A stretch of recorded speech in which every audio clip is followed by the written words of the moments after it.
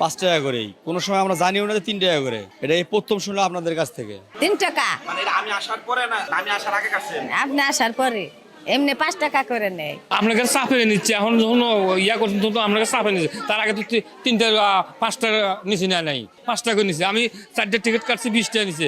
8টা bag ছিলাম, কথাই করতেছে না, দিলই না, আর দেয়ই নেই কিন্তু। অনেক আগের থেকে 5 টাকা করে নিচ্ছে, অনেক আগের থেকেই। 3 টাকা নেই তো আমরা 3 টাকা নেই, কিন্তু অনেকে 2 টাকা নেয় না, মানে ওরা হাতে দিলেও নেয় না অনেক সময়। আমাকে দেখে হচ্ছে আপনারা দুজন 3 টাকা করে নিচ্ছেন, এর আগে 5 টাকা করে নিচ্ছেন, দেন আমি নিজেও 5 টাকা করে টিকিট কাটছি আমরা দুজন। না আমরা 3 টাকা, আমরা তো টাকা এনে রাখছি, তা কিন্তু নেয় অনেকে, আপনি হলো নেয় না টিকিট হলো 3 টাকা মনে করেন যে অনেকে 4 টাকা ভাঙতে দেখে 2 টাকা নোট দেখে নেয় না, মানে হলো নিতে চায় না এগুলো।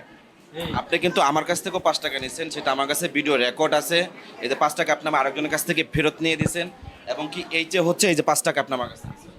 এ তো মনে করেন 2 টাকা নেয় দেখে অনেক সময় নেয় না দেখে আমরা দেওয়া হয় না, মনে করেন যে বুঝতে পারছেন, এই 2 টাকা তো দেই আমরা, মনে করেন নেয় না অনেক সময় নেয়, অনেক সময় নেয় না। 200-র বেশি সার্ভিস ও ফিচারে লেনদেনের সব বিকাশ অ্যাপে সম্ভব। এটা 3 টাকা করে নির্দেশনা, এবং 3 টাকার একটা সিল বানাই নিবা। হ্যাঁ, প্রত্যেকটা টিকিটের মূল্য 3 টাকা, এভাবে সিলটা মেরে দিবা। তো ওনারা যেটা বলে যে খুচরা টাকা অনেক সময় রুগীদের থাকে না, এটা হলো ওদের কাছ থেকে ব্যাখ্যা, একদম ক্লিয়ারলি বলছি। ওরা যেটা বলে যে ম্যাডাম 3 টাকা ওরা দিতেও পারে, আর আমরাও 2 টাকা দিতে পারি না, কিন্তু ব্যক্তিগতভাবে আমি বা আমার অফিস প্রশাসন আমরা 3 টাকার জন্য এ ব্যাপারে তাদের কড়া নির্দেশনা দেওয়া আছে। ঠিক আছে, 2 টাকা কোথায় যাচ্ছে? অনেক সময় যে 2 টাকা বেঁচে যাচ্ছে, আমাদের এখানে ম্যান পাওয়ার, যেমন ধরেন যে 4র্থ শ্রেণীর লোকজন কম। হ্যাঁ, আমাদের এখানে ক্লিনার থাকার কথা 5 জন, সেখানে আছে সরকারিভাবে 2 জন। হ্যাঁ, তারপরে আপনার নাইট গার্ড নাই, তারপরে হলো যে হাসপাতালে যে রান্না করবে কুক মশালচি সে নাই। তো সেক্ষেত্রে ওই 2 টাকা দিয়ে ওদের মাঝে মাঝে কিছুটা বেতন দেওয়া হয়, কারণ ওরা তো বিনা টাকায় তো কেউ আর সার্ভিস দেয় না। রেগুলার বেতন তো অন্যভাবেও দেওয়া যায়, ওদেরকে মাঝে মাঝে দেওয়া হয়। তো এই ব্যাপারে আমার একটা রেজুলেশন আমি এমপি মহোদয়কে বলছি, এখন আমার সিভিল সার্ভিস অবহিত আছে, এই ব্যাপারে একটা রেজুলেশন করে ফেলাবো। এটা রেগুলার বেসিসে নিলে তো আর অফিস আদেশ হতো না। শুনেন, এখানে কথা ঘুরানো পেঁচানোর কোনো অবকাশ নেই, একদম ক্লিয়ার কাট কথা। 3 টাকা করে দেওয়ার নির্দেশনা দেওয়া আছে।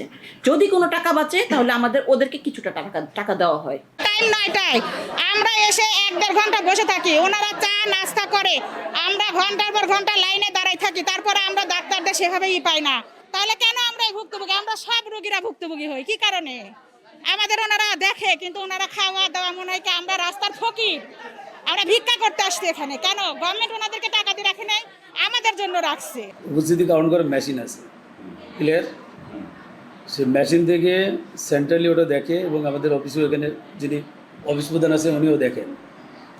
কথাটা বুঝতে পারছি, 2 নম্বর হলো আমার এখানে রুগী রেফার্ড করে আস্তে আস্তে 10টা বেজে যায়, মেডিকেল অফিসারে দেখে রেফার্ড করে, 2টা পাইছি, 2টা দেখে পাচ্ছি।